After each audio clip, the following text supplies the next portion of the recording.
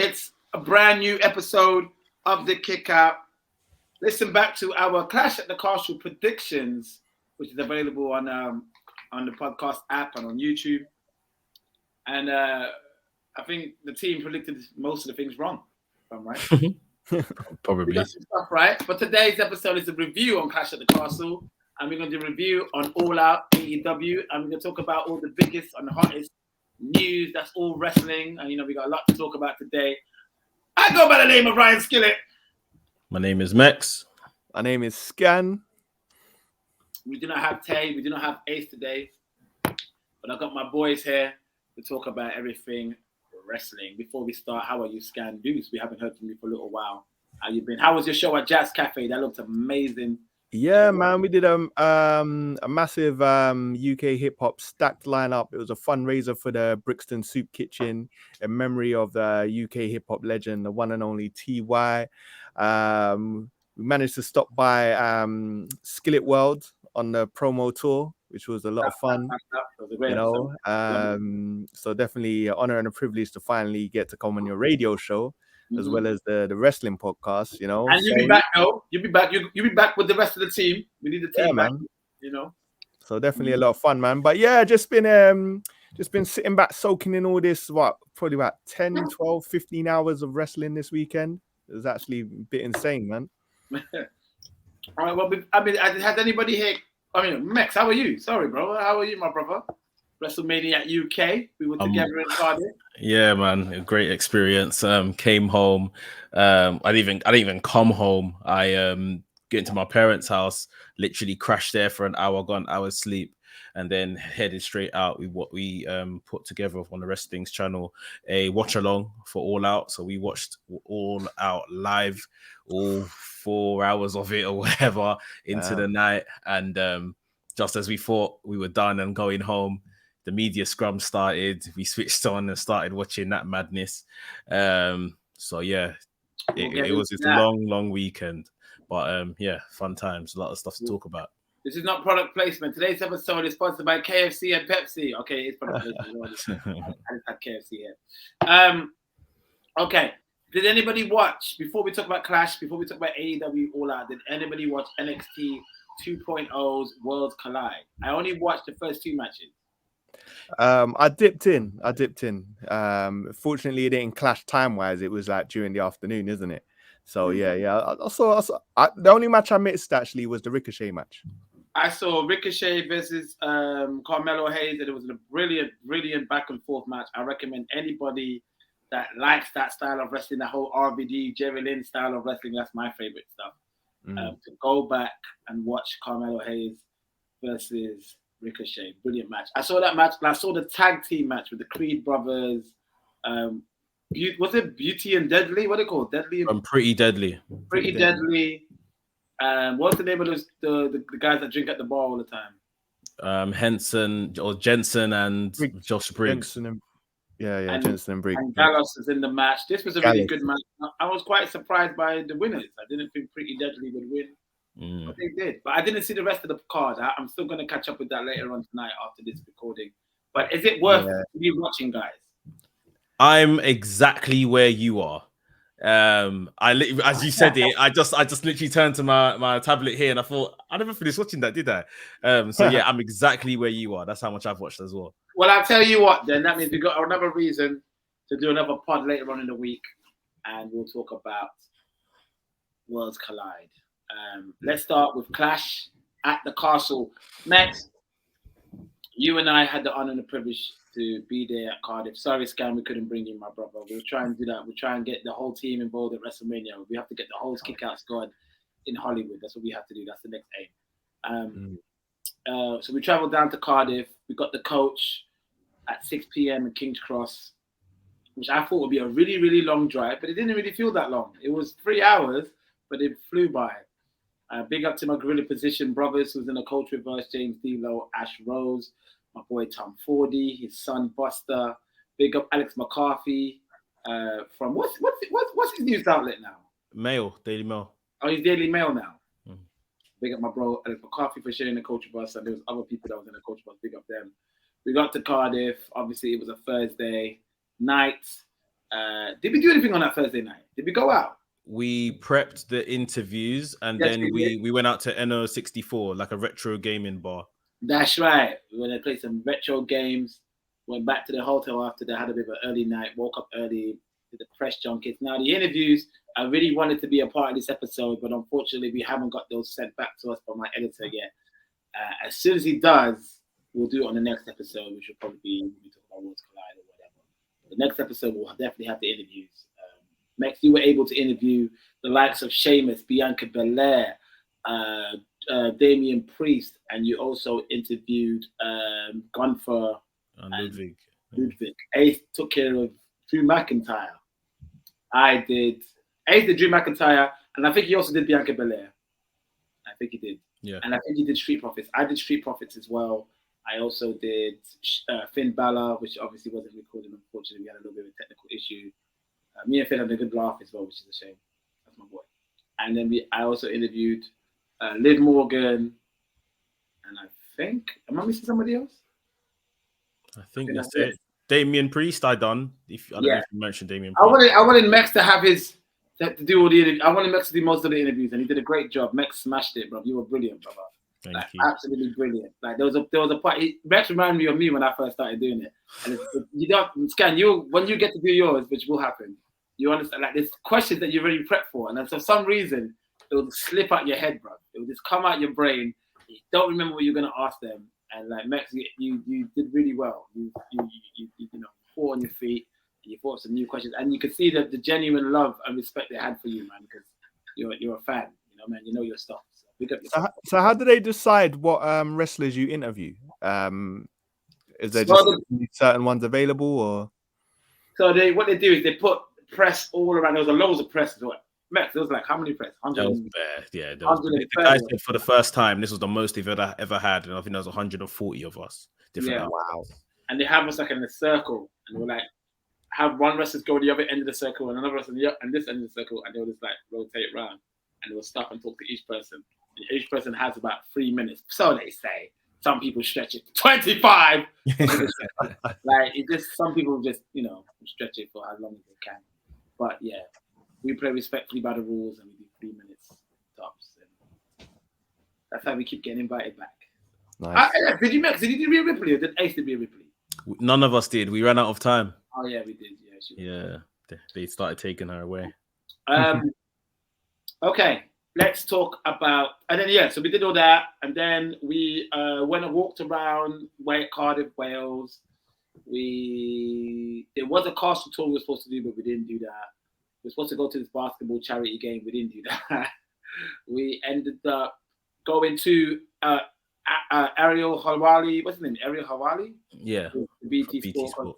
He did like a live podcast show that we were attended to with Drew McIntyre and Bailey. And it was really nice. It was good. They really drove home the love and feel that Drew's going to win the big one. Ariel did a really big, powerful speech about Drew not getting his moment at WrestleMania because of the COVID, and now he deserves to win it in front of this live crowd. And he got everybody pumped. If you look at the streets of Cardiff, it's all scan-dus. It was Clash of the Castle everywhere. Banners, left, right, center, wrestling band. Even the bars were so smart to improvise. They had like little stand, those figure stands of like wrestlers, The Rock, and he's like, "Oh, you want to smell what The Rock is cooking? Coming to this restaurant." It was such Cardiff did really well promoting this wrestling event. Bars were playing theme music. Wow. Bars were playing theme songs. Yeah, that's what I said. I was saying to Ace. I said to Ace, man, we should have, because we were actually talking to WWE about maybe doing like a karaoke night at one of the bars, like the Kickout presents wrestling karaoke, but it just didn't happen for whatever reason. And I regret it now, because I think we could have just made some money, man. We could. But anyway, yeah. And then but what was the vibe like, man? Was it very similar to like the WrestleManias that you went to? Like yes and no. It's not in the same vibe in terms of the volume of it, but it was, it still had a good wrestling vibe. It still had a lot of excitement. It had a lot of people looking forward to it. But the unfortunate with WrestleMania, people plan to come to Mania like 3 days before the event. So you always have a lot of stuff on. So the streets are crazy, filled with all these wrestling fans way before the event starts, where I felt like a lot of people decided to calm down on the Saturday. Does that make sense? There was a lot of people on the Fridays and whatnot, but most of the fans literally came on the Saturday and then probably literally went back home. But like WrestleMania, like you said, people take advantage of it being a whole holiday, take a whole week and go, and then there's other companies doing stuff there. Like a lot of the other stuff that I did see that was happening in and around Cardiff was post Clash. They done it on like a Sunday, so obviously more time people have been like, all right, I've seen what I came to see, I'm gone. So really and truly, to take advantage, they should have put it before or in the week leading up to Clash. Let Clash be the main event, so to speak, and then everyone can go home. So yeah, they'll live and learn, and it'll get better. But yeah, Friday night we went out for a bit.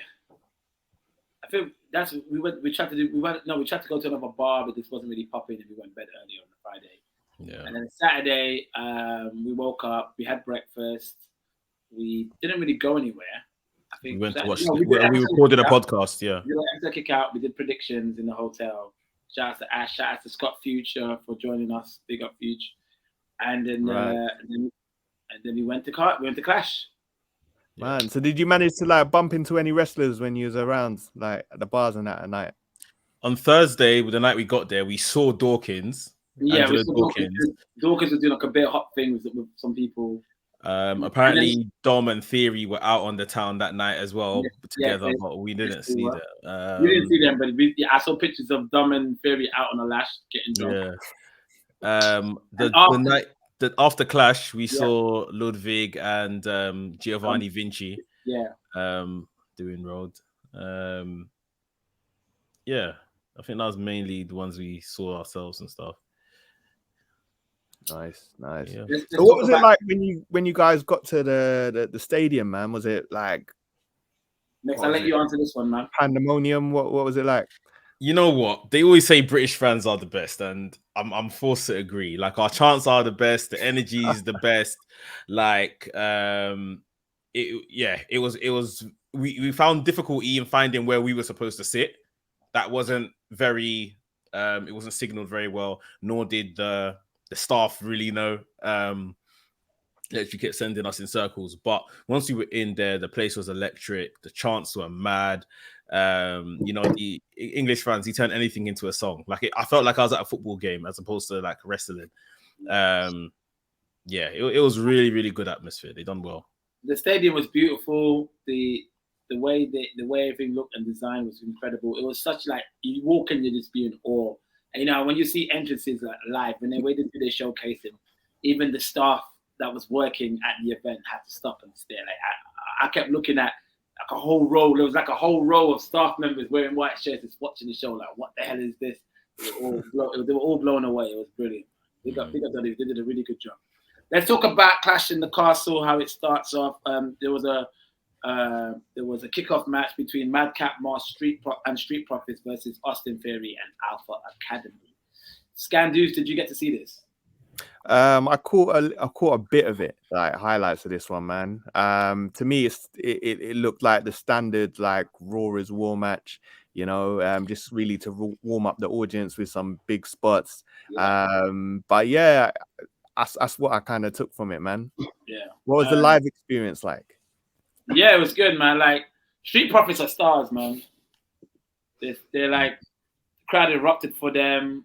They had their hands in the palm. They had the fans in the palm of their hands, and it was fun. It was a fun match. It was a nice spot where I think the competitors were fighting outside, and somebody was on somebody's shoulders. I believe. Am I right about that, Mekz? Yeah, I think it was some type of like rendition of Doomsday Device or something that happened. And Montez jumped off and did the blockbuster. Yeah. Which was great. It was a great spot. It was fun. It was only 6 minutes. It was like a fun back and forth match, and Madcap Moss and Street Profits picked up the win. Was there a lot of shooshing? There was quite a few shoosh. Shoosh, please! People were booing them. People were booing Alpha Academy, and Theory got a really heated. Theory's got a lot of heat. His the way they were reacting to Theory is like it's an angry heat. He's doing a good job as a heel. Yeah. But yeah, it was a nice, fun opening. And let's talk about the first match, which is Damage Control, Bailey, Dakota Kai, and Io Sky, I should say, versus Bianca Belair, Alexa Bliss, and Asuka. Mekz, what did you think of this match? Good match, good outing for the women. Nothing, overly over the top took place. I think obviously the Damage Control have now been formed. They've got a name now. They had to get the win. They lost in the tag team final the other day on Raw the week before. So yeah, they were set to win here. Bailey pinned Bianca Belair, which was surprising at the time, but from those that watched Raw now, you can see where they're kind of taking it, just using it to kind of play mind games with Bianca. Like Bailey come out and said that she doesn't want like a title shot. When she wants a title, she'll come and take it. And they're going to try and tap into, does that bother Bianca that now this person's got a win over her sort of thing, which is good because Bianca's character needs something more, I would say. So yeah, but it was a good match on the night. Yeah, and that was like the real unpredictable ending, man. And I think she'd not been pinned for like nearly a year, right, or something like that. Yeah, something like that. Yeah. So Bianca picked up the pin, which was a surprising ending, but I guess a good ending because it was Bailey that pinned her. Like you said, Mekz, that will continue a program between those two. And Bianca will probably put Bailey away. All right. Let's talk about it, man. IC title match, arguably the best match of the card. Gunther with a returning Imperium. So Ludwig Kaiser and Giovanni Vinci joins back the Imperium. Mekz and I marked out when we saw that. We went nuts. It's the way the camera, because I don't think we could see Giovanni from where we were sitting. No, he was standing there the entire time. Yeah. Him and Gunther were standing there the entire time, but just obviously how they show it on TV or on the big screen. They zoomed in on Ludwig, and then once he said that, this guy's back, they zoomed down and we saw him. I was like, yeah, mad Imperium. Ludwig did a great promo. He got a great promo with the introduction. And you know what? I selfishly wanted the old Gunther theme. But I'm in love with this new theme. This theme is badass, man. I ain't gonna lie to you. This theme is badass, so I have no complaints. Obviously, him and Sheamus, we all knew what this is gonna be. Sheamus came down with the Brawling Brutes, Ridge Holland and Butch, and them two face off with each other in the ring while the Brawling Brutes and Imperium fight each other. Pete Dunne got a moonsault in, and there's all these Butch chants and Pete Dunne bruiserweight chants, and then obviously when they get away, Sheamus and Gunther just absolutely battered each other. I think we all expected it. But Scandus, did this exceed your expectations? Well, I don't know I think it's definitely this more than any other match definitely reflected the Triple H era. It definitely gave me like Walter, Ilya, Dragunov vibes. Very hard hitting, like legitimately kicking each other in the face, all of that business. Man. I hope they continue with the really stiff era of wrestling on the mainstream product. And overall, man, the way they put the match together was brilliant, man. The pacing, everything just took you on a journey. But one thing I thought was interesting, did you think there'll be a lot more water chants? No, I feel like people have just, how the outrage people had at first. I feel like anything WWE does, it was just like it just upsets anyone. I think they know deep down they made the right decision to change. I don't think, like I said to Ace, I said Walter should be given to a name. This is what I'm gonna say next. It's very, very crude and crass what I'm gonna say. But if I was booking wrestling, I would give Walter a name to a gimmick that's a man that's a bit of a serial killer, Yeah. That's what I think. I think on the night as well, people were feeling really patriotic. And it's funny we say that because neither Drew or Sheamus are actually English. One's from Scotland, Sheamus is from Ireland. But yeah, everyone was behind Sheamus. It was unfortunate he didn't win. Meltzer said that this is the best WWE match in recent history. Wow. I don't know when he's counting from when he says recent history, because he gave a 5-star match earlier this year to Cody and Seth Rollins. Mm-hmm. So it'll be interesting to see by the end of this week when he rates this match what he's going to give it for those that care about Meltzer ratings. But he said this is the best WWE match in recent history. So that's high praise, I guess. That's interesting. Does he not watch NXT? Or? Well, he said WWE in it, so yeah, I guess WWE. Maybe he's talking about main roster exclusively. I feel like I think Meltzer will like this Triple H era. Yeah, I think he will. Yeah. So Gunther picked up the win. He retained it. Sheamus stands up to a standard ovation with his red chest, and people really wanted Sheamus to win it because he would have become the ultimate Grand Slam champion. But I will ask you both: Gunther retaining, was that the right decision? Yes or no? 100%. Yeah. Yeah, that Gunther reign needs to be like, he needs to bring back prestige to that title, man.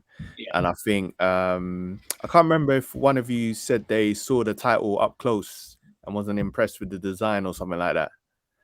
I think Ash might have said Ash. Yeah, it was Ash that said that. Yeah. But yeah, man, I think Sheamus should get it one day. It's like, it reminds me of when they were trying to get Chris Jericho's 10th Intercontinental title reign. Like, it was just like, he deserves it, but I don't think it's the right time yet. Yeah, maybe the time's not right. And I think especially where we only have one world champion that is supposed to be across two brands, even though he doesn't really do that, it's important who the Intercontinental title, holder is, and important who the US champion is as well, because those are now the de facto top titles on Raw and SmackDown, where we don't see the world champion. Post this weekend of SmackDown this Friday, we probably ain't gonna see Roman Reigns for another 2 months or so. So I heard about this. Yeah, so it's important that the person that is now carrying a singles title there, which is Gunther, he feels somewhat like a world champion-ish. I'm glad you said that. Okay, next up, Liv Morgan retains her SmackDown Women's Championship against Shayna Baszler. Scandus, what did you think of this match? I was surprised by the finish of this match. I ain't gonna lie, I thought the way Hunter was gonna book Shayna, like she was just gonna obliterate her like in minutes. But they gave you the full underdog story, and she pulled it out, man. She pulled it out the bag. So yeah, I was genuinely surprised. I don't think, to be honest, and this is a controversial statement, maybe, but I don't think Liv is like a good enough wrestler, man, to be top champion. To be fair, like there's other people much more deserving. She's over, like young girls love her, but like, not impressed, man. Mekz, what do you think of that? I said this, like, I'm not convinced that Liv is. I mean, I can give her props and she got better. And one thing Liv Morgan is a trial. She works very hard. Yeah. But I've always just wondered, like, apart from just being kind of like a cute girl, like, what do the crowd see in her that I'm missing? I don't see it. I'm happy for her that she's champion. However, they definitely need to start booking her stronger. Obviously, she fluked her way past Ronda. Had Shayna here. She beat Shayna, but I'm not exactly convinced how Liv Morgan, if I just told you, like, Liv Morgan beat Shayna Baszler, you're like, how? Like, you see what I mean? So I don't know. We've got past it now. They put Shayna Baszler in front of her. She's got past her. Let's give her some wins. Let's give her some real dominant, convincing, champion-esque stuff before we start building to, like Survivor Series, which will be the next big pay-per-view in November, when a real challenge may come along. I can't see her facing Bianca at Survivor Series, so someone's probably going to take that title from her before then. What do you think? You never know. It might be Liv Bianca. It might actually be. And that's probably what, I don't know. Then maybe it's a no contest. This is where we see probably a formation of Shayna and Ronda together or whatever. I don't know. That needs to happen. Yeah, but I think so. I think that's probably what they need to do. Okay, so Liv retains the title. After that, we had Edge and Rey Mysterio with Dominic Mysterio against the Judgment Day, Rhea Ripley, Finn Balor, Damian Priest. This was Edge's entrance got a huge pop. Crowd was going nuts. Mekz and I were singing along to the theme song. It was crazy. Let's talk about this match, Mekz. What did you think of this match, and what did you think of the ending? It was really good. It was a really fun match. I know these guys have been tangling for months now, it feels. But this was good, and they progressed the story, with the ending. It's like, okay, Edge had speared Dominic weeks ago. Dom's still not over it. Dom doesn't understand why this man that effectively put hands on him is his dad's best friend. Um and yeah, Dom kicked Edge in the nuts. He got the Balenciaga stuck and his shoe come off and took off the other one, then went for his dad and clotheslined his dad. Exactly how Eddie Guerrero clotheslined Rey Mysterio and turned on him. So yeah, just really well done. The crowd just couldn't believe it. That I think the Edge one everyone saw coming, the Rey Mysterio one didn't see coming. The one thing I'll say I like about it now is that it, if this was Vince, yeah, it would be literally how Edge came out on Raw and was like, "Oh, pretty much, I wanna fight you, Dom." Rey Mysterio in a Vince era would have been like, "Yeah, like I hate my son, I want to fight you too." But what we're seeing here is real story development. Like Rey is very much conflicted as to, I'm not gonna beat you up, I'm not gonna lay hands on you because you're my son, but you're behaving like an idiot right now. So just little things that we're building a story rather than just jumping to a conclusion, which is a good difference. But yeah, on the night, this was a good match and a fun little twist at the end. Scan, do you have confidence that they will be able to sustain this amount of storytelling between Ray and Dominic all the way up to WrestleMania and Hollywood? Ooh, that's the question, man. If with Triple H in charge, possibly. They've been this storyline's been going on. Like, will Dom turn on his dad for like nearly 2 years, to be honest. And just a quick thing, Mekz, I didn't even I was trying to get my head around, why did this guy take off his shoes? I didn't realize this because the shoe got stuck with the shoe got stuck in between the legs, yeah. So he took off the other one. That was so random. But yeah, I think we needed something big for this event, and at least we got storyline progression. So, hopefully they'll handle it properly, man. I think they will. I think I don't know if it's enough for him to turn on his dad at this moment. I mean, I'm not mad at it. I think it's good that Dominic's a heel. I think it's great, and it's great that he's turning on his dad. But I feel that the reason behind it, I don't think it was enough for him to turn on his dad. I think it's enough to turn on Edge because Edge spared him, and there's always something there where he was teasing that he was upset with Edge. I feel like they should have maybe had a little bit more before he turned on Ray. But if you're doing it on Clash at the Castle, you want people to watch this event. You want people to talk about this event. It's a great place to do it. Do you think they could have maybe dived into his relationship with Rhea Ripley? Maybe he's infatuated with her or something like that. I think that's probably what they will do. I think they will do a whole thing with Rhea, turn his head, and the whole of Judgment Day is get. Obviously, they said stuff on Raw that's very much brainwashy. Very brainwash. I was saying I was saying earlier today, the fact that they use this phrase like Rhea turned him into a man. Yeah, like I'm saying that like, let's just, if we've done role reversal and said any man has made a girl into a woman, that's a very dangerous statement, like, for you to be saying. But yeah, personally, I don't know if I want to see anything more. I just want to see him come into his own now, start cutting promos, start being his own guy. Do you guys think whenever he does face Rey Mysterio, let's say he wins, should he like take the mask, or at least start donning a mask himself? Like, I would love that. Yeah, that'd be great. I think like what they need to do to make this storyline spread till Mania is have an incident when Judgment Day take out Rey Mysterio. Yeah, that's the only way. He's off for a month. He comes back Royal Rumble as Judgment Day is dominating the Royal Rumble, and Rey eliminates all three of them. I think Rhea Ripley should be in the Royal Rumble as well because the China thing, put her in there. And Rey should eliminate all three of them. Just Rey. I don't want no Edge. Just Rey. Like, book Rey strong when he's back. He's vexed. He's angry. I'm gonna beat you, Dom, and then that, and then maybe Judgment Day dump out Edge first, and then Rey Mysterio like enters on the next number. Yeah. Ooh. The only way Rey will hit his son though, if Dom does something to the other family members. I think that's the only way. That's how they should book it. The only way Rey will realistically want to do something to Dom, he goes crazy, or he disrespects the mom, slaps his sister, or vice versa. They've got so much stuff they can do with this. So, and I'm looking forward to it. And hopefully Ray will give Dom his best match. Yeah. Ray's a master, and I'm sure he will book that match to perfection. Yeah. Let's see how they need to, man. They need to. Right. I mean, it's great for Dom that he's a heel. Dom needs this because he's kind of flagging a bit. All right, Scandus, let's talk about Seth freaking Rollins versus Matt Riddle. What do you think of Seth's entrance? What do you think of Matt Riddle in this match? And what do you think of this match in its entirety?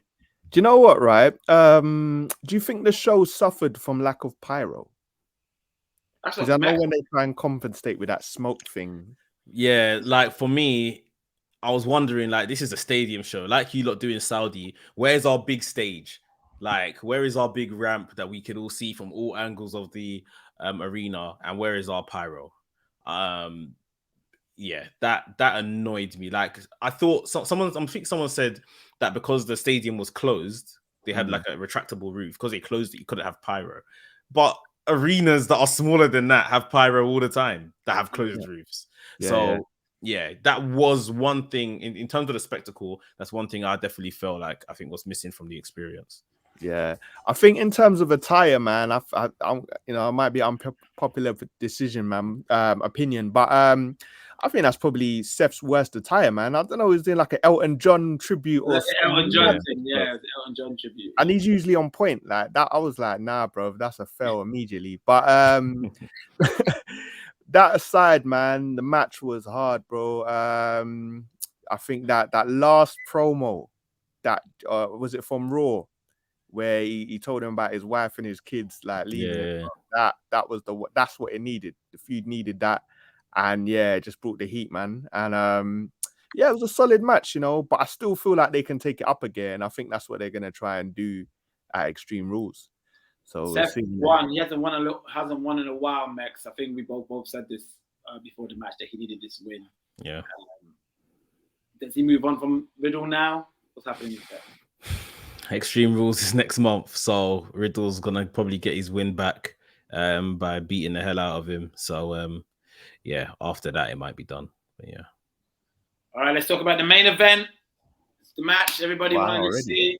Would this be Drew McIntyre's time? He won the WWE Championship back in WrestleMania in 2020, and now he's got another chance to beat Roman Reigns for the title to become another undisputed champion. It started off really well. A lot of people predicting this before he came out, that they were going to bring back the Broken Dreams theme song. They did it.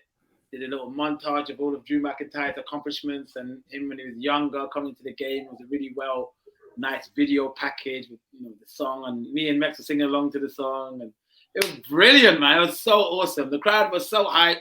The Drew McIntyre chants were through the roof. Everybody was excited for it. He came down with the sword. He was the only one that got pyro. I mean, I think, did we not get pyro for his? No.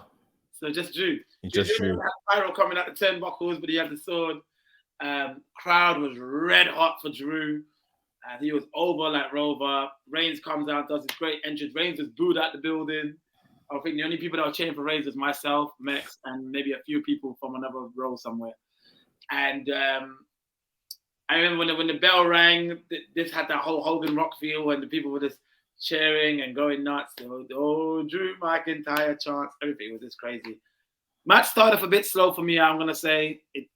It took a little while for me to kind of get into it. I was on my phone deleting stuff while the match was on. That shows you how engaged I was. Even though I love the crowd, I love the atmosphere, I was just a bit like, okay, let me get rid of some stuff. But then it really started going. It started getting really, really exciting. And I think there were a few spots, like a little back and forth spots between Drew and Roman Reigns that was really, really entertaining. And then when did it start getting really interesting? I think it's when Drew knocked out Charles Robinson, right? Yeah, so I think what did they do? They squashed him in a corner, basically, or something. Who's the one that said, Charles Robinson's refereeing this match? He's going to take a bump. Who was it? James. I think it was James who might have said it. Maybe Alex behind us. Yeah, I think it was Alex. He must have been a stuntman in a past life, bro, because he's just perfected that drop out the ring bump, bro. He loves it. He loves it. So Charles get bumps, and both men collide with each other, knock each other out. Austin Theory music hits, the crowd goes nuts. Austin Theory looks like he's about to cash in. Obviously, ringside, we didn't mention earlier, Tyson Fury was in ringside. Bret Hart was ringside for Sheamus and Drew's match. And my man that won, who beat Usman, what's his name again? The Jamaican fighter, English. Leon. Leon was UFC fighter, was in attendance as well. So Austin Fury goes to cash in, and he gets knocked out by Tyson Fury. The crowd goes nuts. It's really looking like his Drew moment. Back and forth between Drew and Roman with the punches and the reversals and counter reversals and whatnot. Kickouts with Claymore kicks and spears, and both men are kicking out each other's finishes. Then it gets to a point where Drew gets the best of Roman, Claymores him. It's looking like it's going to be 1, 2, and the referee gets pulled out the ring, and it's a hooded man. And everyone's like, "Who's this?" And then he took the camera close up his face before he takes off his hoodie. And it's Sissoko. What's his name? Solo Sikoa. Solo Sikoa, that's it. Solo Sikoa. Mekz and I go, "Ah!" We're screaming. Like, people were hating me and Mekz. And then Drew tries to fight him. He hits Drew on the rope. Reigns catch him with a spear. 1, 2, 3. Reigns retains. Right decision, Scan? Yeah. Oh, man. The thing is, the reign's getting stale, man. And I think they've already they know who they want to dethrone Roman, and I don't think it's Drew, man. So that was for me, it was going to be interesting how they was going to book around that. I don't know if they did a good job though. That's the thing. Who do you think do you have an inkling who you think they want to dethrone Roman? I think it's Cody, if I'm honest. Like it's like his birthright to be the next champion, man. He's got this, man. And I think they want to stick it to AEW, man. That's kind of the thing for me. And also, let's be real, man. Cody will sell that to the heavens. The way Cody is, the way he's on the mic, the way he can talk, the way he can get emotional, talking about his history, talking about his dad, talking about like Cody is so good at promos that he can eloquently talk about Reigns and his ego and how much, and get the whole crowd behind him as an underdog. Oh, Cody, you're right. Cody is the right guy. He will sell that to the moon. Why don't you think it was a good ending though? Because even though the whole stadium, apart from myself, was flat and distraught. Yeah. Mekz and I was celebrating. I felt that was brilliant. I felt this is what wrestling has been missing. Wrestling misses unpredictability. Wrestling came to a point where they keep giving people what they want, keep giving the fans what they want. My era of wrestling never had that. Your era of wrestling can never had that. No. It wasn't a thing where they catered to what we want. They just booked a great story. And sometimes the heroes that you love don't win the big ones. Like the Razors never won the big ones, or the Owens never won the big ones. And they were my guys. But you keep moving and you keep watching the story unfold, and then it helps other talent get over. And I don't think they've done a thing like that since the Brock Lesnar beating the Streak, which I also love. Yeah. But did you think it was a bit weird that like Tyson just shook both their hands? But why would Tyson get involved? But why would he get involved? He got involved into a way to stop Austin from messing up the match. I understood that. But why would he choose sides between Reigns and Drew? There's never been a program where them two had any issues. I know there was like a little back and forth with Drew on the internet and whatnot, but there wasn't really anything real. Like, I can understand there was a storyline with that, but it wasn't. So yeah, why not? And he said afterwards, Drew, you've done yourself proud. Yeah. What was the live reaction like to the singing though? Well, Mekz and I were called into a press conference, so we completely missed that. Thank God. Yeah, but James said it was dead. James Dealer from Skillit said that was dead. I'm to watch this main event, especially back. I will cut it off straight after Roman pins Drew because I'm not trying to see that at all. Just in terms of the decision, look, I said that Drew should win for like business reasons. Like, he's there every week. Let the champion be present. Roman's just signed a new contract for less dates than he was even doing. So that's why I thought Drew should win. I was content. I was happy with Drew winning. I like Drew. I celebrated the hell. Like, I'm trying to get a video now so I can show you a lot of me and Skillit celebrating.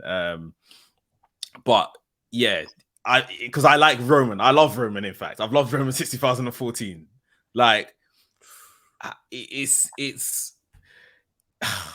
it's difficult because you would say Drew was the right decision, especially at the time, the occasion, and everything. Why they haven't done this, I don't know.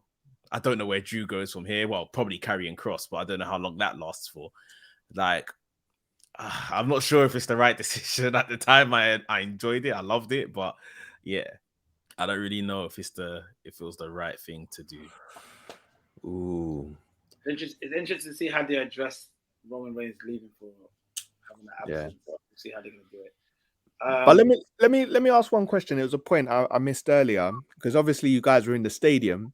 What did you guys make of the Bailey chants and how she tried to handle it?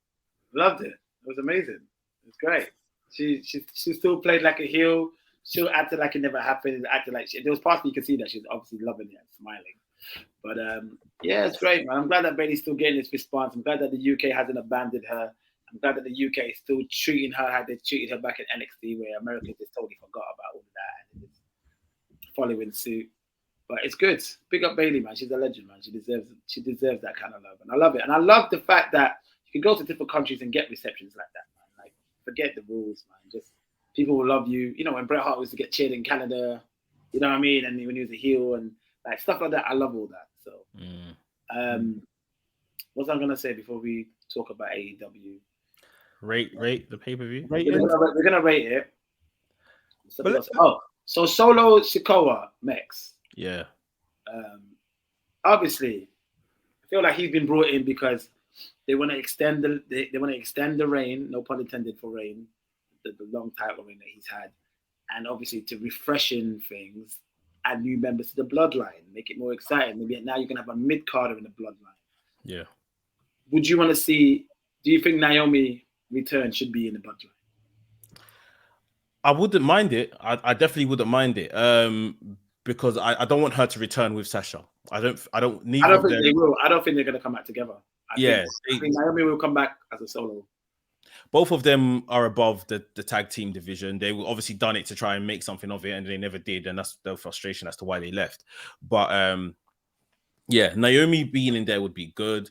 Even if they found a place for Tamina, because obviously we're looking at this possible match between Roman and Rock. So I think between now and WrestleMania, they need to really build this family. That's right. Make them something strong. Make the unit something strong. Like bring in The Rock. I think we were discussing this over the weekend. Bring in The Rock, and it's not even like when The Rock first turns up, there should be any animosity. Roman should embrace seeing The Rock because they're like, oh my God, like this is that guy, blah, blah, blah, blah. But ultimately, I'm the guy. So now you need to acknowledge me like the rest of these lot have. And that's what's going to cause the friction. This is what they should do. Like you said, bring in Tamina, bring in Naomi, have this whole bloodline faction, and it's all strong at first. But Roman's Reigns' ego gets more higher and higher, and he starts disrespecting people again, starts disrespecting bloodline again, disrespects Tamina, and that's when the Rock's music hits, and he goes, whoa, whoa, whoa, whoa, whoa, whoa, whoa, whoa, whoa, whoa, whoa, whoa, whoa, whoa, whoa, whoa. You think you impressed The Rock? You know what I mean? Like, it would be great. That's the only way you can bring The Rock in, is if he starts disrespecting and hurting family members. Yeah, I think it's a thing where either The Rock comes in and then he's all pally with everyone, blah, blah, blah, until Roman wants to be acknowledged, and then Rock says, I'm not doing that.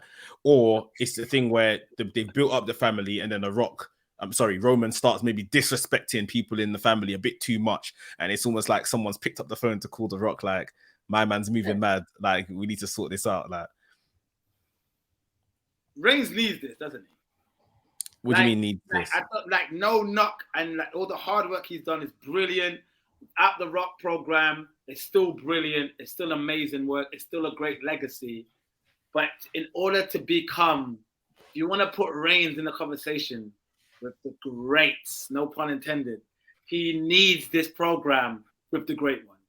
Yeah. It will just elevate this reign, no pun intended again, to another level. If The Rock gets involved, it's like Cena. Cena, always going to be seen as a legend, always going to do that. But he needed that match against The Rock to become a true great. And I think this is what Reigns needs. I think he needs this program with The Rock. They tried it. They've used Cena with Roman on a couple of occasions now, and it's worked somewhat. But I think in terms of what would you call it? In terms of generations, Cena and Roman are too close. Like some people would argue now that Cena is still the guy, the top guy in WWE, and he's not even there. So yeah, someone as beloved as the Rock, someone that's now completely removed from wrestling, to come back and to almost pass the mantle over to his cousin. Although once this match happens, Roman's gone. Roman's gone to Hollywood. He ain't around no more. So yeah, it'll be very interesting to see. But yeah, Roman definitely needs this program to just cement him and put a punctuation on this entire gimmick, this entire evolution of his character. Right. So once obviously booking far ahead now, like when Roman does leave for Hollywood, who do you think should be the head of the table? Like, should be one of the Usos or? I think the Bloodline needs to be disbanded, man. Wow. I think without Reigns, there's no Bloodline. I'm just gonna keep it real. It's facts. And the one thing I'd like to see following that is at least like a Jey Uso title run or something. Yeah. I think something like Jey Uso needs to take the mantle, but it's not in the bloodline, just within his own career, like make the next step out, because I think he's shown too much potential during this time to just remain doing tag team stuff forever. All right, let's rate Clash at the Castle out of 5 scandals. Let's go with you. I'm gonna go to me, I'm gonna go with a solid 4.5, man. I thought it flew by. You know, maybe it's something about like not waking up till like 2-3 in the morning to watch a pay-per-view, man. It's chill, like, you know.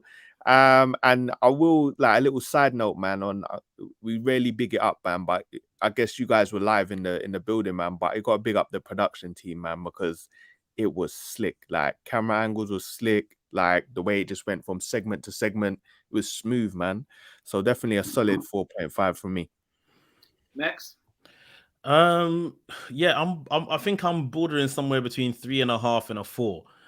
Maybe I'll just give it a 4 because of patriotism. But it was a good show. I think it was just we didn't get a lot of like title changes, or we didn't really get much outside the show. I mean, one can argue, if you missed Clash at the Castle, do you really need to watch it back? Is there anything that really happened and developed? So yeah, I'll give it, I'll probably be a bit more conservative and say 4. It was good to be there though. I'm gonna give it a 4.5 as well. Yeah. Quick question: what would you say the pay-per-view experience? How does it differ watching it with and without commentary? Yeah, I would prefer commentary, and that's why I want to watch back at least the main event. I want to watch back Gunther's match as well. But yeah, I think nothing beats being there, like, and experiencing it live. So yeah, I'm so used to it without commentary now. It's fine. Before we crack on to AEW, I think I've got the clip of the Roman win. So I hope this works. Let's see. Sorry for the people that will listen to this audio. You're not going to see the actual reaction, but yeah. Let's go now.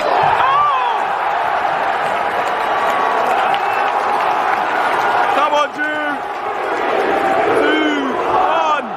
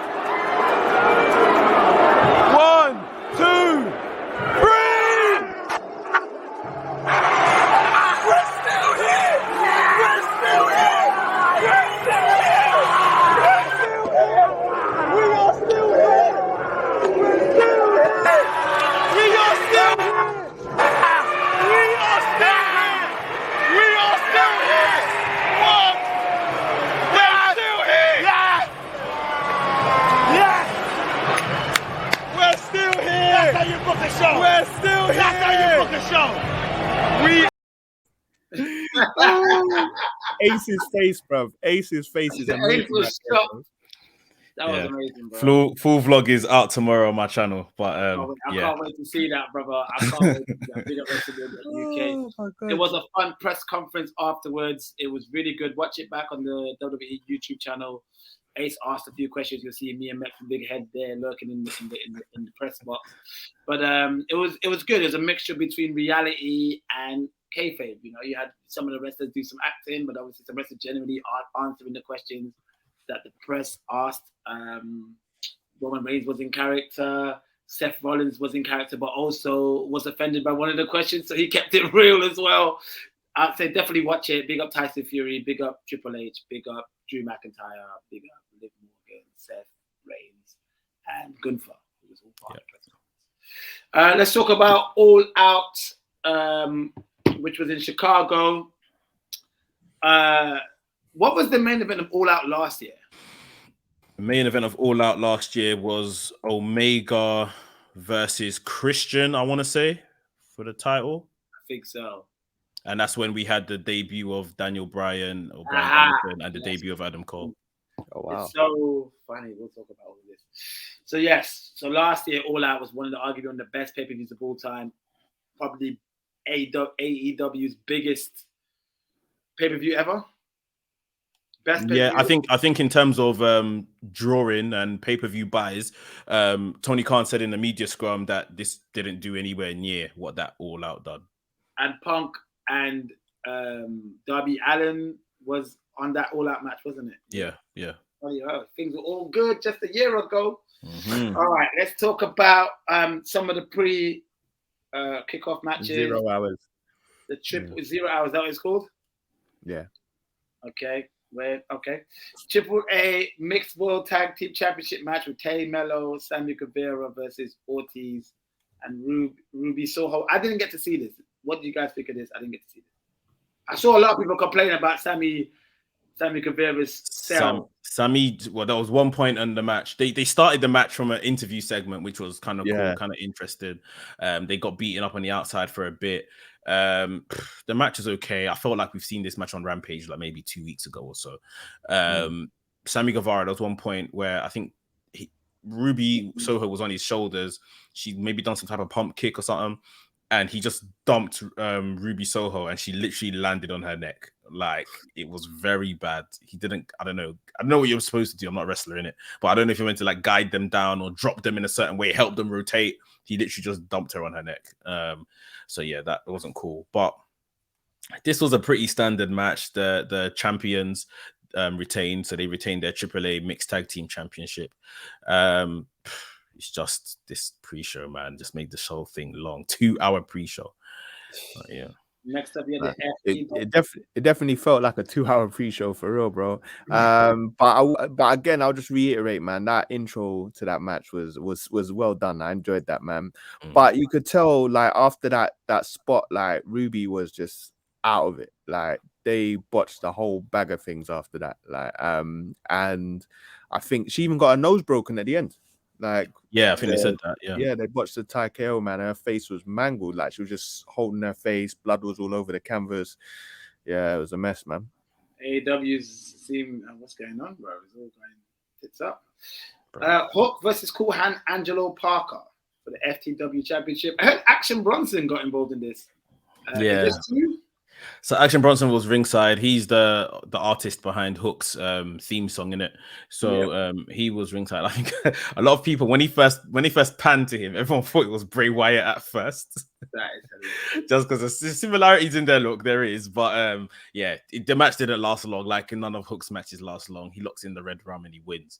And then Action Bronson came over the barrier afterwards when I think Angelo Parker's tag team partner came out and he got some spots in, so yeah.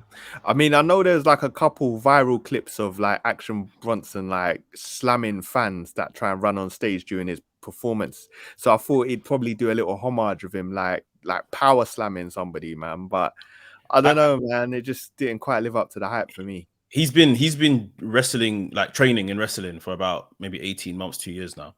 Oh, is it? Yeah. He's actually been training, so he's probably wants to make a move. Trying to get his Bad Bunny on. Maybe. AEW All Atlantic Championship match: the Bastard Pack versus Kip Sabian. Was this match good? I didn't think so. Good match, but it's like, what's the meaning? Like, Kip Sabian has wore this box on his head for like a year now, trying to get over, I guess, this new character.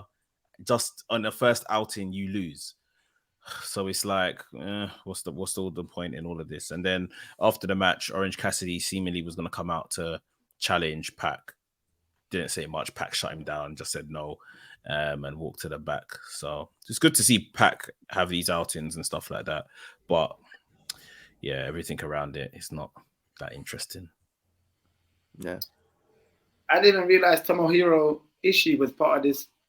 Did he face off with Kingston? Yeah, so obviously Kingston just came back from a suspension for punching Sammy Guevara in the back, apparently. I faced him, yeah. Yeah, and you know, when you get suspended, you get rewarded with a match on a pay-per-view. So he got a match against Ishii. I don't know. I don't really feel like it was as brutal as it could have been. It was only the kickoff show after all. Ishii, as good as he is, the perennial loser, doesn't win big matches. So Kingston went over. I think I did see this match, the Casino Ladder match with Ring of Honor World Champion Claudio Castagnoli versus the Ring of Honor Pure Champion Wheeler Yuta, Penta, Ray Phoenix, Rush, Andrade, Dante Martin, and someone to be confirmed. This match was cool, back and forth, a lot of physicality, loads of spots, typical ladder match stuff with AEW. One thing I did like was the ending. I liked how Stokely Hathaway came in with his crew. Who's the members of the crew? Because I know Big Cass is one of them. W. Morrissey, Big Cass, Ethan Page, Lee Moriarty, and the Gun Club. Not a bad selection of. I think they're jabronis, personally. Yeah, I mean, if you have somebody in the forefront, which I thought was the guy that's maybe he might be with Stokely because they've got history, don't they? Anyway, well, the guy that won the. Oh yeah, on the Indies, yeah. So Stokely goes up, grabs the ladder, picks up the casino chip, and then looks into it, and then a mystery man with a mask that looks very similar to the. You remember the Wrestling Secrets magician guy? Yeah. It looks a lot like that, but obviously it was like a devil thing. Sympathy of the Devil music played. He came down by was it Rolling Stones who made that song? Rolling Stones, yeah. Picked up the chip and then pretended to take off the mask, and he says, "No." And he walked in the back, so we'll find out who that was later on in the show. Then we have the AEW World Trios Championship Tournament final, which was between the Elite, Kenny Omega and the Young Bucks versus Hangman Adam Page and the Dark Order, Alex Reynolds and John Silver. This was this is probably arguably the best match of the card. Yeah. I think. What do you think, Scan? I think, man, that Dark Order tandem of Reynolds and they have these series of moves that they put together, which are sequences, insane, bro. But yeah, man, it was like your typical like Young Bucks kind of match, man, elite kind of match. You know, Yeah, they had to put on them big matches, man, and it's very emotionally driven as well. Yeah, you know, I think this was the final that they wanted. They just followed the script. You know, I think there's a reason why they waited so long for the trio tournament, because they wanted Kenny Omega in there. And yeah, it just went exactly as planned. Yeah, they tore the house down. Kenny Omega make an announcement, tell the cameraman, fucking come here. Don't come down the yard. Come here. Try and top that. Message to everybody in the AEW boys. Especially a message maybe to a couple main eventers of that same night. Definitely a message to the main eventer. So that's a little thing to kind of set the tone of the night. That's going to take place. Then we have the TBS Championship match: Jade Cargill versus Athena. Jade Cargill come out looking like She-Hulk with the entrance. I love her theme song. I love the way she looked. She's great. She's always doing these innovative cosplay entrances, looking like a baddie. I need to take off my phone. The girl keeps calling me, and I'll message you in a minute. And this was like a back and forth. Athena looked good. Jade looked good. Back and forth match, quite short and sweet. Jade gets the win. Her undefeated streak rolls on. Let's talk about the six tag match between Wardlow, FTR will take it on Machine City. Oh, the Motor City Machine Guns and who are the original Young Bucks. Ask the Young Bucks, they will tell you they took their style from them. Big up the Motor City Machine Guns. I'm glad they've come back. And Jay Lethal, TNA legends. This match I would have thought would be better though. I don't know what you guys thought. Match was it was whack. They should have just split it. Like MacBook charger. Keep talking about it. Yeah. I think what they should have done is have Motor City Machine Guns take on FTR and just a tag match, a showcase tag match, because they would have tore down the house. And then you just give Wardlow another defense against Jay Lethal. That's all it had to be. I don't know why they've just put all these people that have nothing to do with each other in one match. It's just very lazy. 1, 2, I don't know why they're putting another trios match on a card where you're deciding trios champions. Like, just leave it out. Like, you don't book these guys well into places for them to warrant being on a pay-per-view. It's not just because you have a pay-per-view coming up, you have to try fit everyone on it. And I think that's exactly what they did here. And for many fans, I think many people wanted to see the visual of Wardlow powerbombing Satnam Singh. That's why they wanted this match in the first place. And after the whole program they've been having over weeks and weeks and weeks, and even got to pay-per-view, Satnam Singh still hasn't been powerbombed by Wardlow. So why are we doing this? Yeah, and if I'm honest with you, man, when people look back at this pay-per-view, they're going to point to this match as something that summarizes everything wrong with the whole pay-per-view. The match didn't need to happen, really. It was probably the most sports entertainment thing on the whole show. That his daughter coming out, then Samoa Joe coming back, and his daughter getting a bigger pop than Samoa Joe. It's just like I did like the aspect of the daughter with the 8-year-old girl thing. I know what you mean. Yeah, I don't mind it. I just feel like the match was just like, oh, come on, give it a rest. We don't need this. Like, it was a very long card. They don't have a lot of pay-per-views. Yes, we know, but it doesn't mean that when you have one now, you have to fit everybody on the card. If they don't warrant being on the pay-per-view, then don't put them there.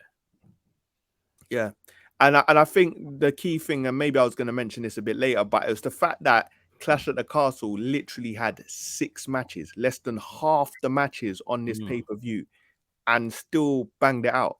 It's like it just felt like AEW was trying too hard, man, and they're trying to appease too many wrestlers.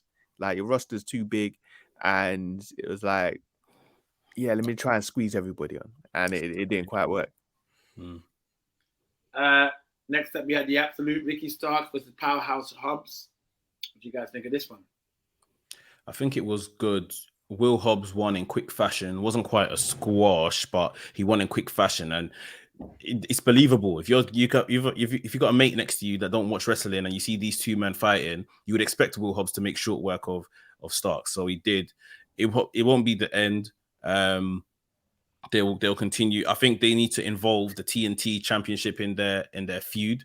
Like, Wardlow's doing basically nothing with that title. So maybe Hobbs beats Wardlow, and then eventually down the line we get Starks versus Hobbs, and Starks can get his win back that way, rather than the traditional way of these two just keep having matches until someone wins or someone dies. So yeah.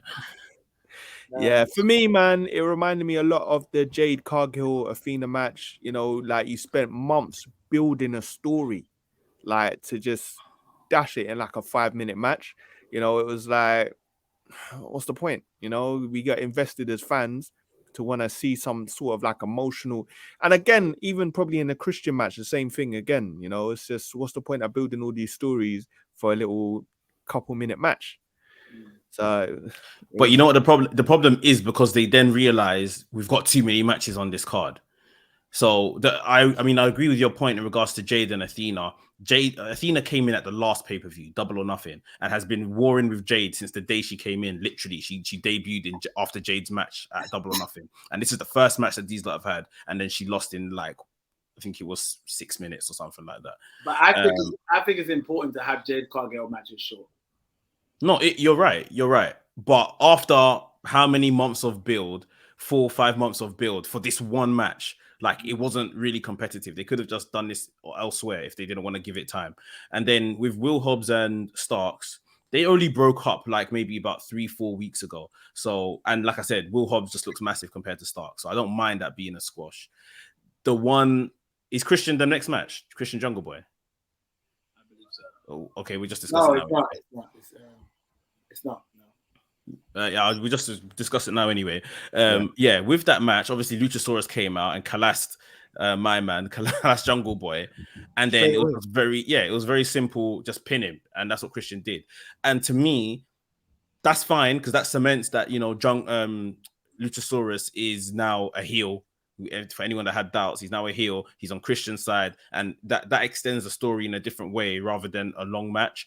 But at the same time, it just looks like, there's too many matches here. We just need to, make one very short, super short, and move on to whatever's next. So it's just to me that made Jungle Boy look whack, man. It's like you've been with Luchasaurus from day one, and that's literally what it took for him to turn heel on you, just like that at the entrance.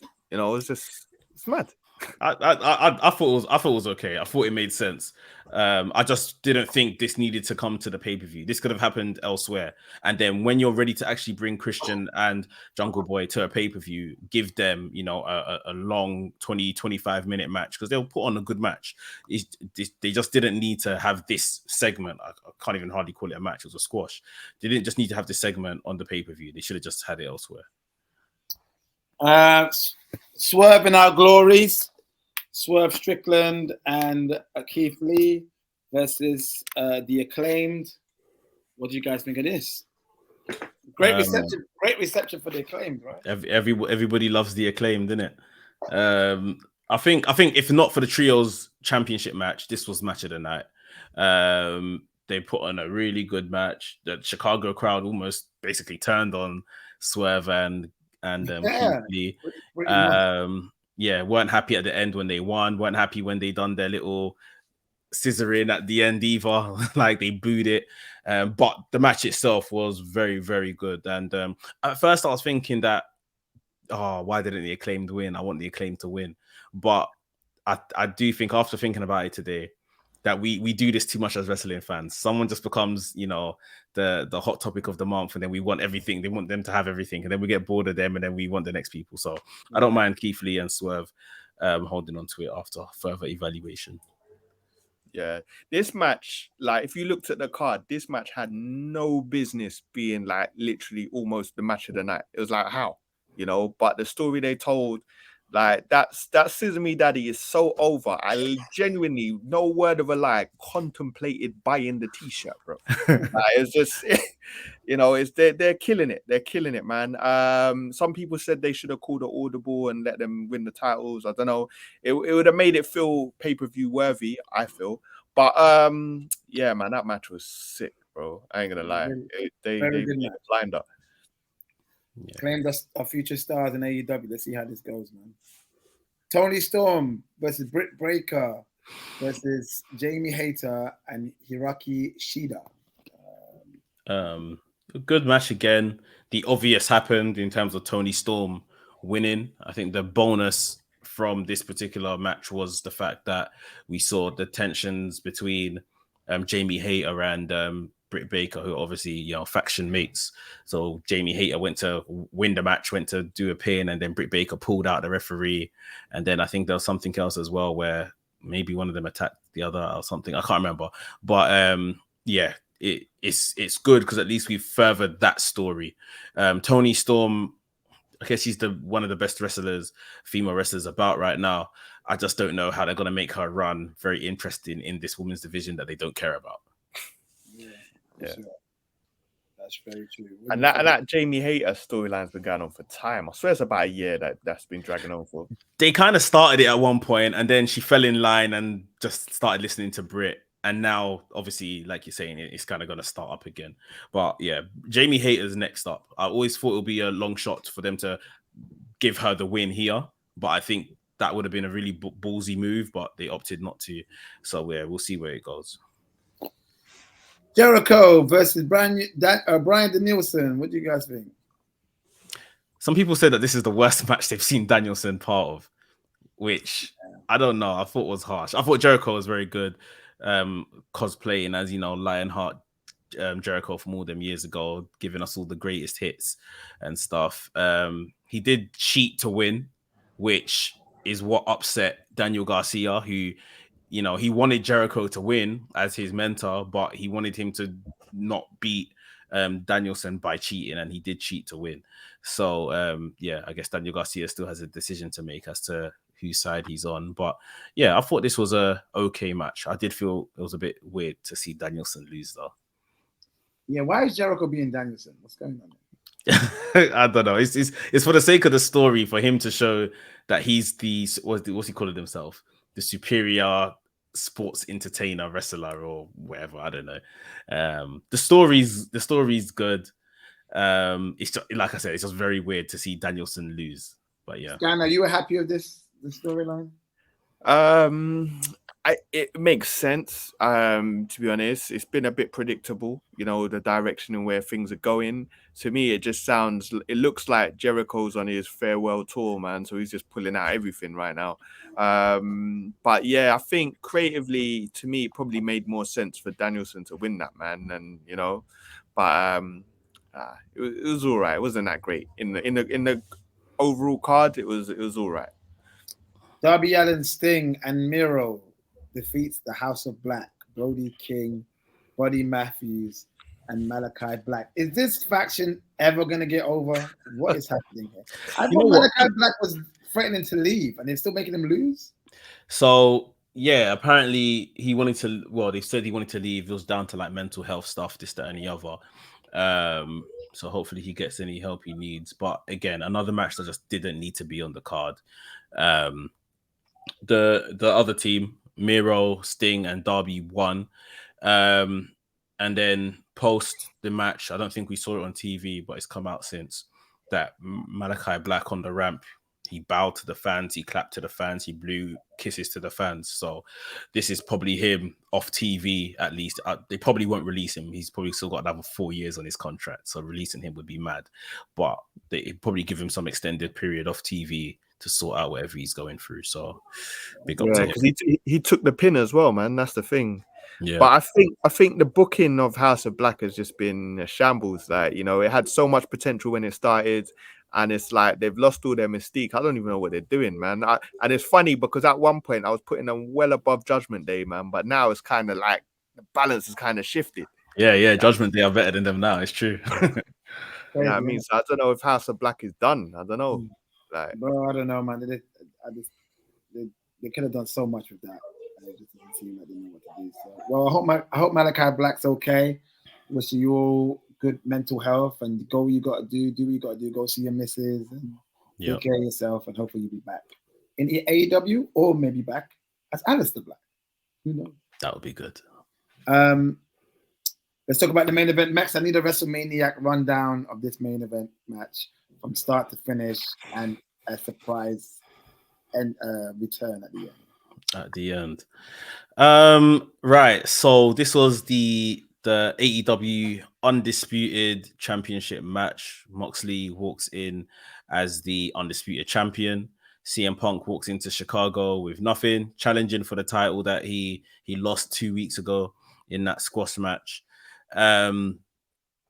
Mox and Punk were very smart. They basically tried to emulate what happened in that 3-minute match 2 weeks ago in this, you know, the first 3 minutes of this match, by Punk basically giving all the greatest hits, hit a GTS, looked like he was going to finish early. Mox kicked out.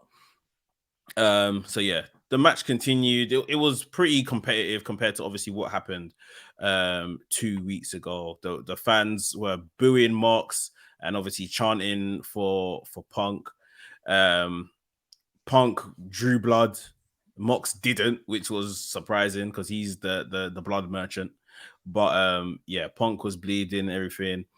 And eventually we saw Punk hit the GTS again later on down the line. I think he kicked out of a Death Rider or Paradigm Shift, whatever he calls it. And then we saw him hit a GTS and put away Moxley.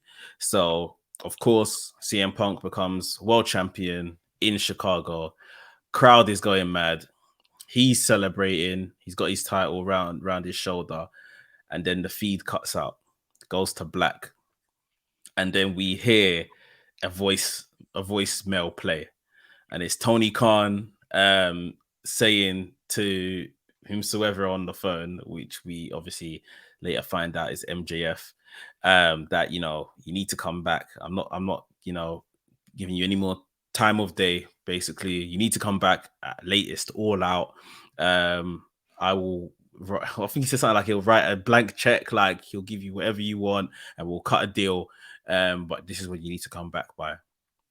And yeah, the Joker that won the casino chip earlier on reveals himself to be MJF, and that's obviously the deal that he cut with Tony Khan, so that he can go in there, mess up everything, and walk out with the chip. He then walked out onto the entranceway, out of the tunnel onto the entranceway, and yeah, pretty much had a stare down with CM Punk from there.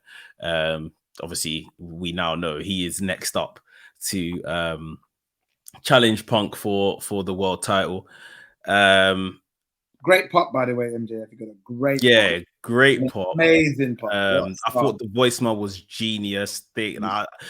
I was saying after the casino battle, or casino ladder match, it doesn't make sense for a man to come out, literally ruin everything with all of his goons, and climb up there and take the thing, and like Tony Khan doesn't show his face.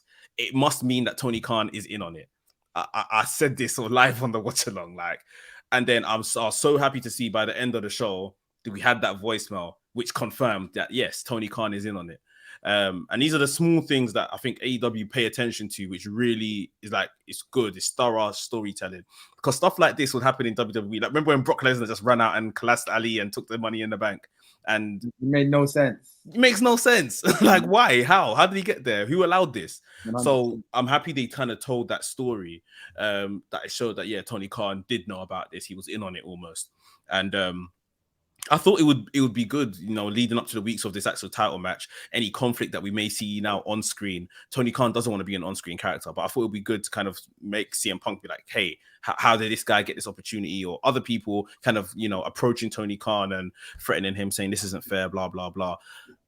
Not knowing, obviously, then what happened in the media scrum, Tony Khan's probably going to have bigger fish to fry than just being an on-screen character in AEW now. But yeah, that's how the show ended, went off air. We now know that MJF is the next guy to challenge Punk for that world title. Scan, do you think Punk was a bit upset that Chicago gave MJF a huge reception on his return, especially after everything he tried to do, getting a bigger contract, a better contract for himself? Maybe Punk probably thinks that he doesn't deserve a hero's welcoming because he's been trying to play his own. You know, boy, I think he pandered to Chicago so much, man. The ring attire, everything, you know. I am Chicago, you know, all of that business, man. So obviously he's gonna be a bit like feel a bit burnt by that. And I think when they go to Arthur Ashe, is it in Jersey, Mekz? It's in New York. I know that much, so close enough to home for. So that's kind of like MJF's home territory, isn't it? So he's probably going to lose the strap to him there. But yeah, man, I've obviously we saw that energy. He took it with him to the press junket after the pay-per-view. But you know, man, it is what it is, man. Obviously, people miss MJF, man. He's a bit of a legend in AEW, and he's an AEW original. And so, he's a star. He is a top star. All right. Before we talk about the media scrum, which is all you've all been waiting for, what are we ranking All Out of 5? Mekz. 3 out of 5.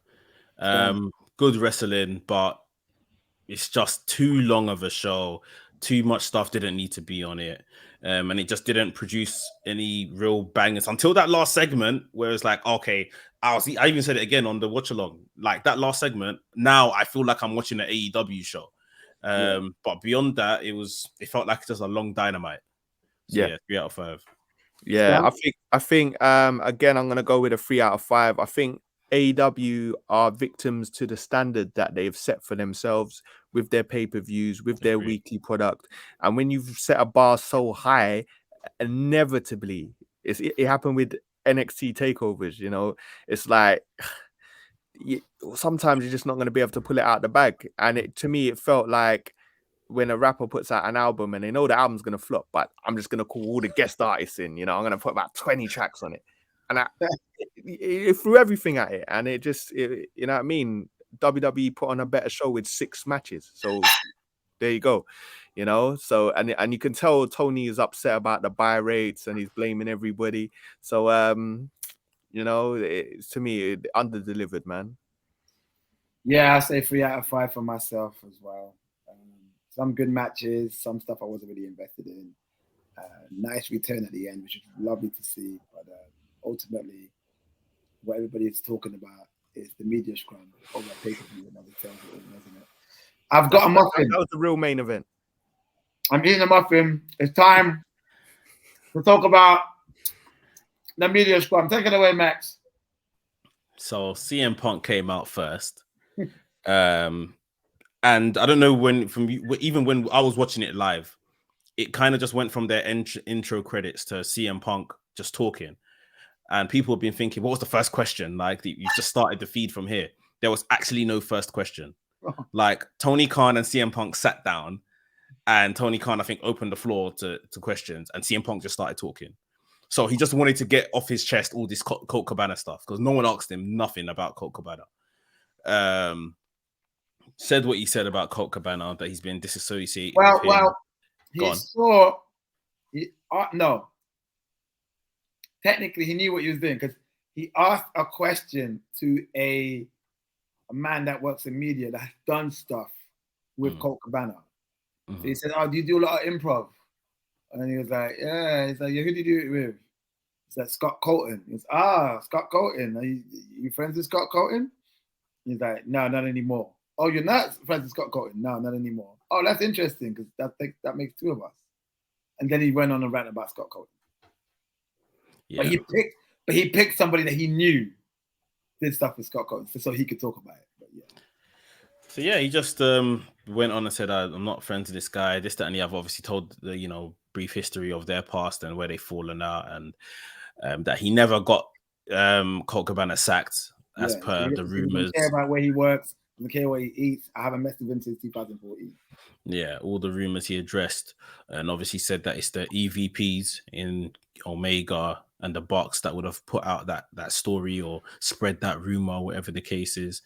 Just effing and blinding about Colt Cabana, the EVPs, Hangman Page saying that he went into business for himself, started talking about things that's going on in the back, and this was just a rant. He'll answer people's questions. That he'll even go back to the Colt Cabana stuff that he was saying.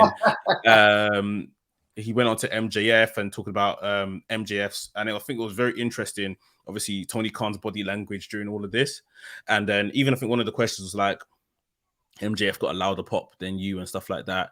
Then he just denounced his CEO right next to him and just saying, I don't know why he would book MJF to make a return in Chicago on the night where I've just become champion.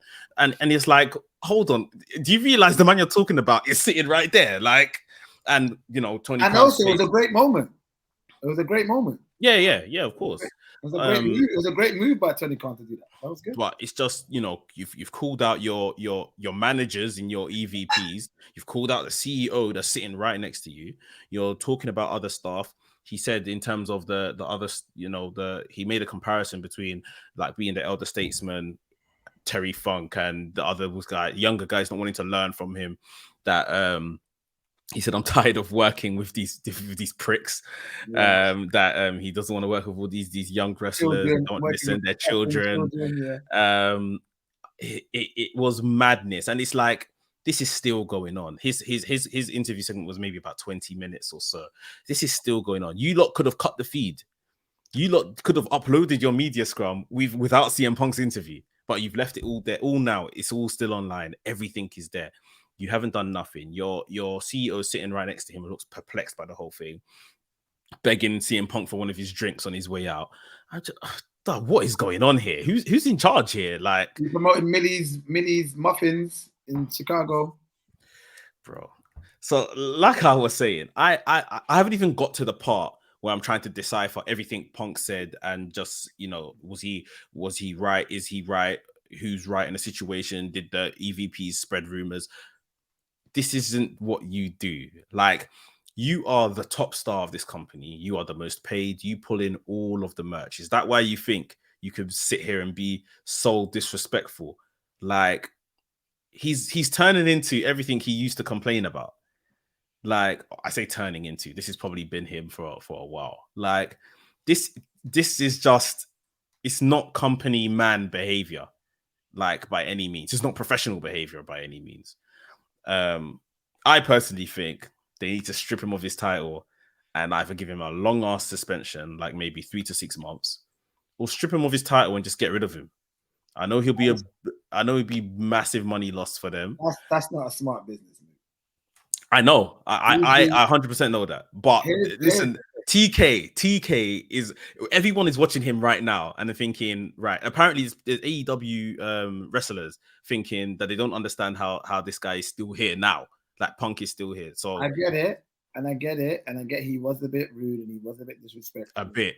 Just a bit. I get. Are you Punk's lawyer, by the way?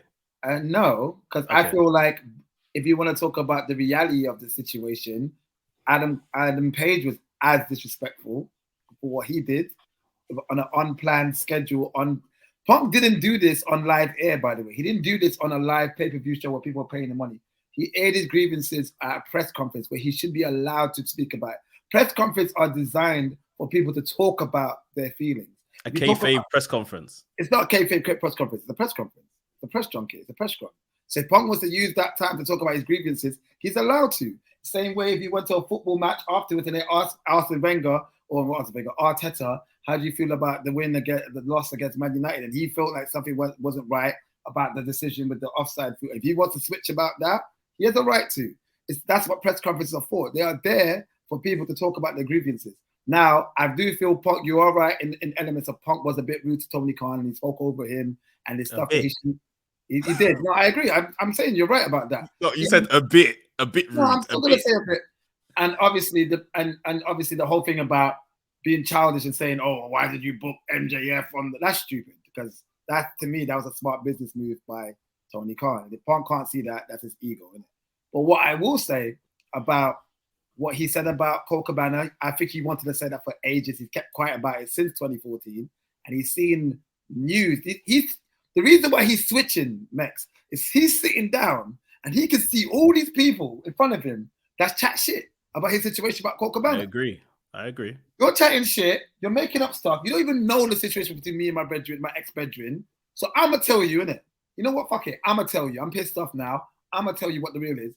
So I respect that. Secondly, Adam Page. Who the hell is Hangman Page? I'm sorry. You ask anybody outside of your indie mark territory who Adam Page is. Nobody knows who you are, blood.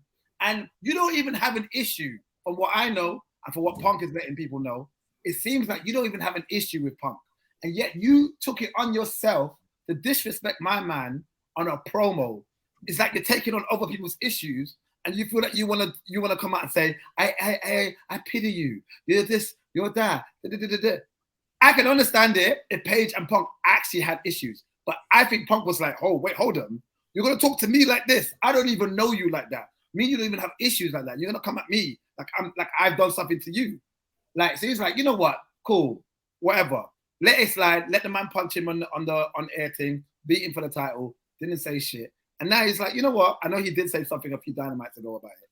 But he just thought, fuck it. I'm just going to go on. He's pissed off. He's like, I'm just going to go on. I'm going to go up. People are unprofessional, spreading rumors about me. The EVPs are saying this, I did that. And now man want to disrespect me. Fuck it. I'm just going to let you guys know the realness. And that's what I like about Punk. It's keeping it real. It's what people love about Punk. He's been doing this for years.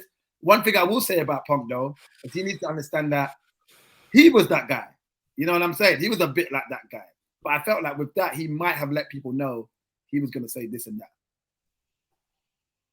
What do you think? I think that CM Punk is too old to be wanting to be that guy. I think a 43-year-old man that has had these kind of issues everywhere he has been, ROH, WWE, shouldn't be here using a press conference that should be being used to talk about how, quote unquote, great your pay-per-view was, being the top star. This isn't where you should be doing this. I am not saying CM Punk shouldn't air his grievances at all. He should be able to speak about what he doesn't like and stuff like that. I agree with yourself that he's probably, he spotted a couple of these outlets right in front of him to have spread these stories, and he's taken an opportunity to put it straight. But I am not paying you 2, 3, 4 million a year for you to come and rip apart my company the night you have won my world title. Mm-hmm. This is where you think this is right. Mm-hmm. I would have literally, if this was Nigeria, I'd just take him to one bush and flog the hell out of him, bro. I would just break one stick from a tree and flog the hell, because I don't think you're wrong, by the way. Too, bro. Yeah, it's I don't think you're wrong. I feel like it was. I haven't even got to the part. Like you're saying, what Hangman did or what the EVPs have done, I haven't even got to that part yet. I haven't even deeped it, because this happened on Monday, and I still can't fathom the fact that this guy thought that this was the right time to come out and just drop this all here in the manner he did, not even like in a professional manner, like effing and blinding, eating and drinking and all of this kind of stuff, and disrespecting his seat. The man that writes his checks, he's just comfortably disrespecting right next to him. He's above. Like, he knows nothing's gonna happen, and that's probably the more scary thing now. And this is gonna, this will probably make some type of environment in AEW where people think that I can get away with stuff now. Like, I'm okay. I might not be Punk level, but I'm a big shot. Like, I might be able to get away with this. Like, TK needs to discipline him for this publicly. I think TK needs to discipline quite a few people. 100%. But this guy's the first offender, and he, like I said, he's the marquee guy in this company. They pay him the most money. He brings in the most money. He sets the example. When you use football as an analogy, when Aubameyang went rogue and went into business for himself, Arteta got rid of him. No, but I think that's Punk's point. I think Punk's point was, I'm the draw. Yeah, I'm the draw. I'm the guy that brings you the most money in here. I'm the guy that got you the most box office, and you've got EVPs. You know what we're talking about. Spreading lies and rumors to fit their narrative, so people could see Punk in this light. He's like, I haven't even done none of the stuff they're saying. So I get why he's effing and blinding about it, because if he actually hasn't got Colt Cabana fired, because it's to me, this is how I see it, yeah. And this is another reason why I can understand what Punk's saying, because if you want to talk about unprofessionalism, you're looking at the guy who's paid, the main guy that's come in. That's the reason why AEW is kind of on the map, yeah. But I still want it to be the Kickout club, right? So to say we've got the Kickout, oh, guys, Mekz, Scan, Ace, I'm going to start my own wrestling business, yeah? And us, man, are going to rule the roost, yeah? But in order to get money, fuck. I'm going to need an Narfi in it for wrestling. I'm going to need him because he's the biggest draw. I need to get a Narfi. I get a Narfi in now. But I'm hating that Narfi's here. Oh, Narfi's here. Oh, shit, he's still in the spotlight. Hey, you know what, yeah? I think a Narfi tried to get Mekz fired, you know, but it's not even true. Like, you get what I'm saying? I definitely hear what you're saying, but again, this is all alleged stuff. We don't know if the EVP's done this. I believe it. You can believe it if you want. We don't know. Like I said, for me, all that bullet club boy pussy. You know what though, and this, I don't know if you guys ever watched Being the Elite. They take little subtle shots, man. They're always taking shots. All the time. I saw Cody was like, nah, fuck this, man. I'm gone, man. Fuck y'all, man. I haven't even got to the part of thinking, and I don't think that, even we've heard backstage what happened, that the Young Bucks and Kenny went straight to Punk's dressing room after he came out of the junket. Yeah, now, apparently again, the if I'm talking about, a fight happened, but even if I'm going to sit on my bandwagon, I'm going to talk about professionalism, that's not what the right thing to do. The EVPs know that man is heated. He's just come out of a media thing, and now you're going to go and, question him immediately. Yeah, it's up to. Yeah, you don't do that. And you've went as a 3. Yeah. Punk may have been alone. Punk may have only had Ace Steel by his side. Who knows? But I heard you've outnumbered him. Fucking chairs and shit. Ace Steel needs to get fired, and they need to call the police on him. It's the best. Fam, they said Ace Steel threw a chair at Nick Jackson and knocked him out, and he bit Kenny Omega. This guy he's a rabid rat. He needs to be put behind bars. He needs to be. This is assault, bruv. Imagine your producer bites you at work. What's going on? Yeah. The whole thing's out of control, and the elite or the EVPs are definitely not faultless. But I just think what CM Punk done was just it's a crime. Like, this guy's brought you back into wrestling. He pays you the money he pays you. You've literally just won his world title, and you thought this was the time to do this. That's a criminal offense, man. He needs to be bagged. I'm sorry. They need to make an example out of him. I'm hoping they can squash their differences and really get together and capitalize on all this misfortune that's happened at AEW and make it to a great storyline, a well thought out planned storyline, because it will draw Kenny Punk in the ring with any one of the Bucks, and Kenny and even Hangman, because Hangman's in the mix, will draw huge money now. He's going to draw money anyway. He's going to draw even more money now after all this stuff has been going on. They need to squash it. They need to put it together. If they really want to, all the hard work they've done at AEW, they want to don't undo any of that. If they want to keep pushing on and pushing AEW to be the force that it is, this could be a good time to take all this negativity and make it into something. But will they? That's the question. I think the egos are too big, man. And that's the society that we're in right now. Do you think it's looking like WCW 2.0 with the Hogan and Bischoff NWO situation? Real WCW. If you're letting the wrestlers rule the roost, it's always going to fall apart, because it will never work. You need to have stern. Khan needs to be hard on his people, and he needs to hire some more staff that's going to protect Khan in these situations. I mean, we've seen fallouts even with Cody. They said Cody lost his creative power and to Tony Khan, because Tony Khan just wanted to manage it all. And the minute Cody's contract came up, he thought, well, that's it then, I'm gone. So this is always going to happen, especially where these guys are active wrestlers at the same time. If they don't like how they're being booked, they don't like how things are going, then like I said, the elite are not faultless in this. But I really can't understand, like, CM Punk. They should maybe they'll do a statement and they take the title off him or something. I don't know. I can't see Tony Khan coming out on Dynamite and doing a segment where, he's taking the title off CM Punk without that going tits up as well. So I don't know. But a live mic or not? They'll probably advertise the segment to get people to watch AEW by saying CM Punk is opening the show with a live mic. They'll probably say something like that. But I mean, I'm talking about, what do you guys think? Should CM Punk suffer any discipline from this? I think so. There definitely has to be repercussions. But it's like you said, man, I think both parties are at fault. The Bucks ain't been professional. In fact, a question I'd even ask you, like, in all honesty, do you think they should still be EVPs of the company that big with no prior experience? Exactly.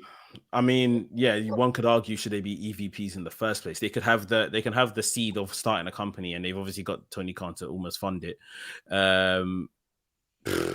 What does it mean? What does being an EVP really mean? Because we've already seen one leave and go and work for the opposition.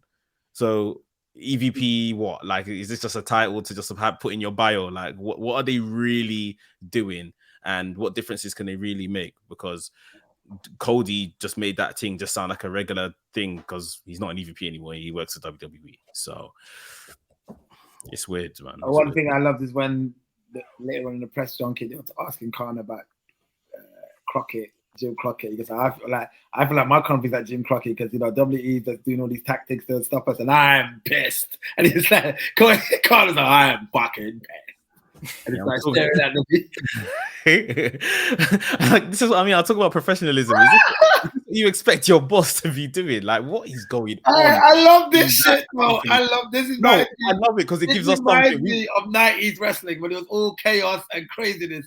I agree. Bringing it back, man. I'm loving it. I'm loving it. I'm loving it. I'm loving it. I agree. I do like the madness, but like ultimately, even then, you know, there was repercussions. Like even if it was someone else getting beaten up backstage from it or something. Yeah. And that's what I mean. The guy just has to. I like AEW too much, and I think the addition of AEW to the wrestling sphere in recent years it's helped. You know, everyone's trying to make a better product. So ultimately, we don't want to lose AEW, especially to something like this, the way we lost WCW.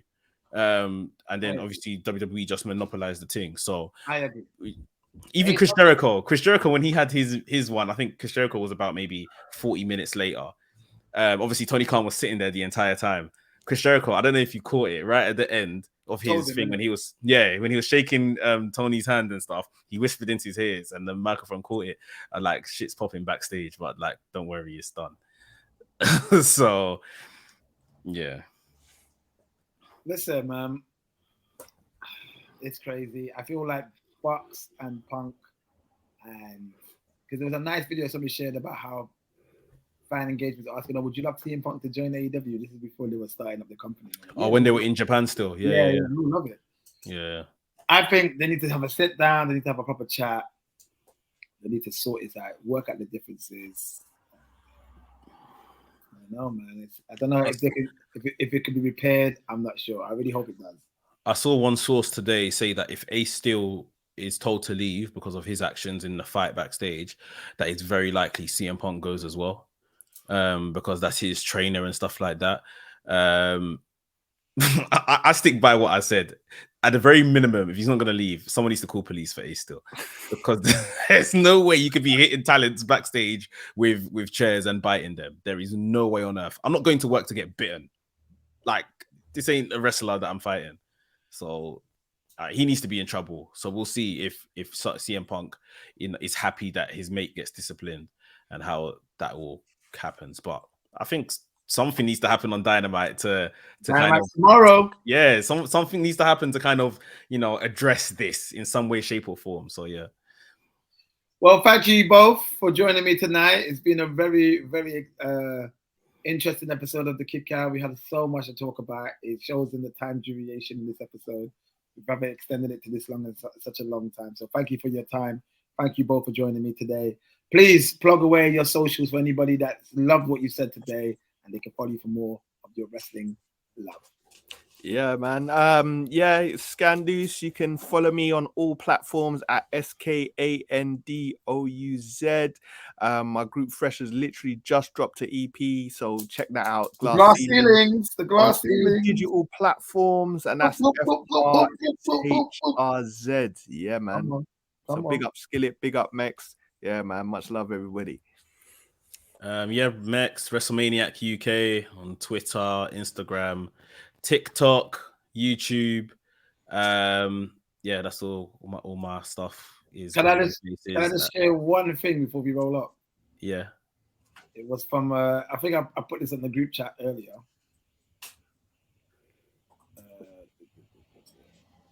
It was from an interview with Jericho and Cody Rhodes on Jericho's boat.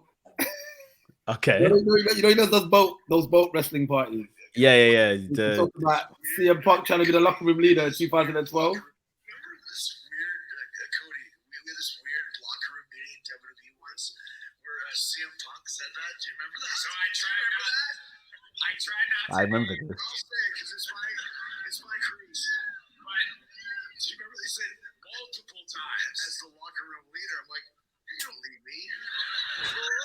And it worked on a certain demo of the locker room.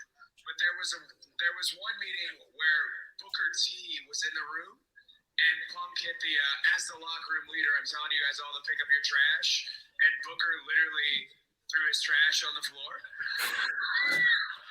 And said, he's not telling me to pick up my trash, man.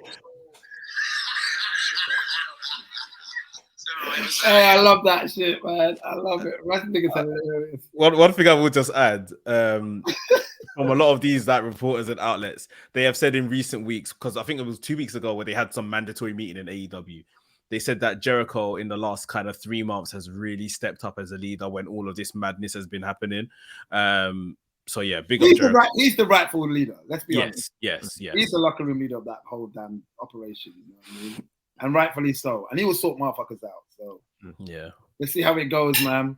Listen, guys, love you both. It's Skillit World, SKIWLIT World. Follow us at the Kickout Podcast, at the Kickout Podcast each week, every week. We've got some more content coming up, more interviews coming up. Stay tuned for more Kickout coming soon.